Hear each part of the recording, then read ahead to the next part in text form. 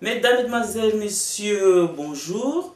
Nous allons ouvrir notre journal par vous parler du Centre de formation CDFORM qui consacre ses activités dans la lutte contre l'illettrisme et la réinsertion professionnelle, d'où notre invitée, Madame Thérèse, si présente, va vous donner plus d'explications de leurs activités. Quelles sont les activités de votre centre?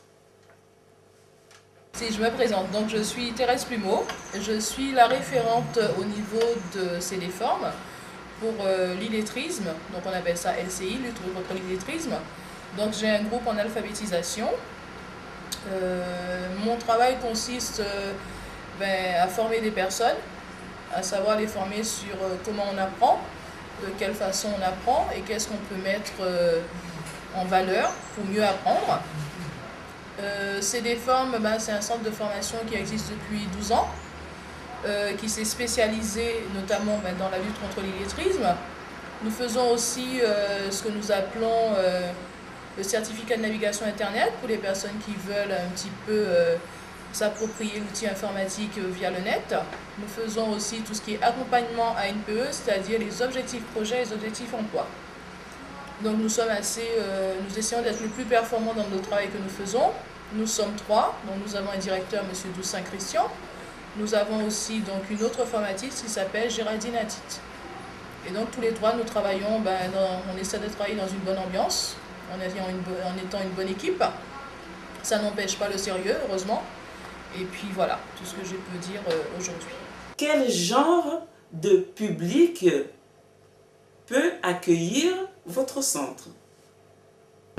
Donc le public que nous recevons le plus possible, c'est le public migrant, c'est-à-dire des personnes qui baignent un peu de partout, autant océan Indien que, on va dire, métropole ou autre, parce que ça nous est déjà arrivé à avoir des personnes qui viennent du Brésil par exemple, ou du Canada. Notre façon de fonctionner, c'est-à-dire que nous passons déjà par tout le système des chômeurs, puisqu'il y a beaucoup de personnes qui sont au chômage. Donc nous passons par les ANPE, les missions locales et toutes les sociétés d'insertion professionnelle.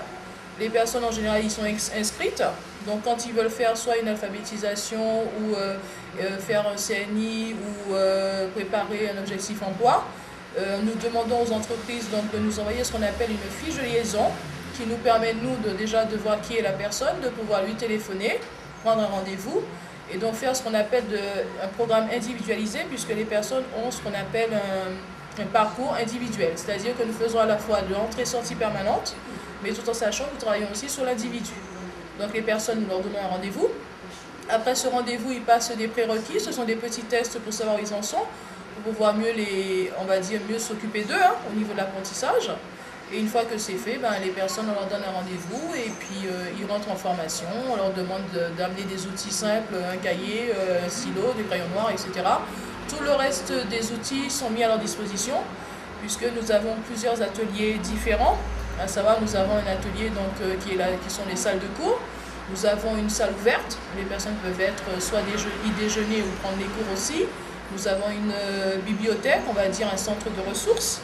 Et nous avons une salle ANPE, précisément pour les ANPE, donc pour tout ce qui est projet et objectif emploi. Et par rapport à ça, nous avons des ordinateurs mis à disposition avec ADSL, Internet et tout ce qu'il faut comme outils, caméra, téléviseur, appareil photo, etc., etc. Bon, au niveau du fonctionnement budgétaire, quels sont vos financeurs? Nos financeurs sont, on va dire, uniquement l'État, c'est-à-dire dans la direction départementale de l'emploi et tout ce qui est fonds européens. Je vous remercie, Madame Thérèse, de nous avoir consacré cette interview et je vous souhaite une bonne continuation.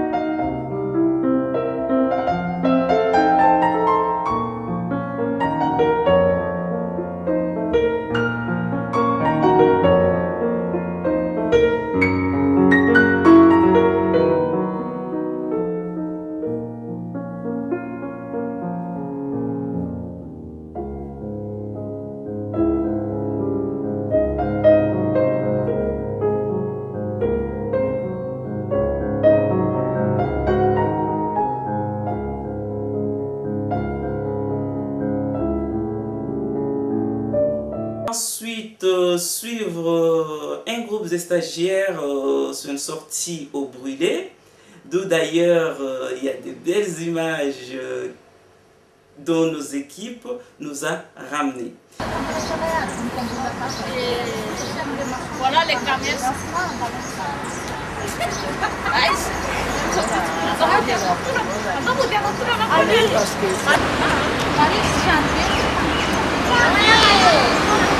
On est prêt pour monter. Même c'est chaud comme ça, on est prêt tout chaud.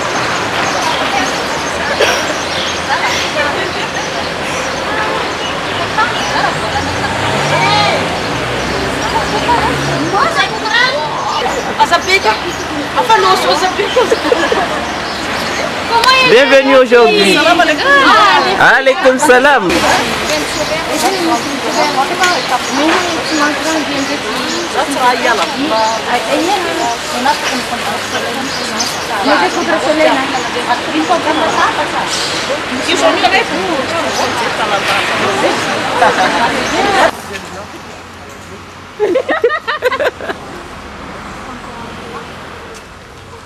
Là c'est parti.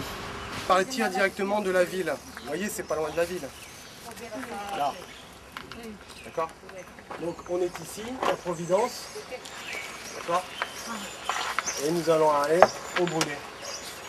Donc ils disent à peu près en moyenne 2 heures. Voilà, on verra si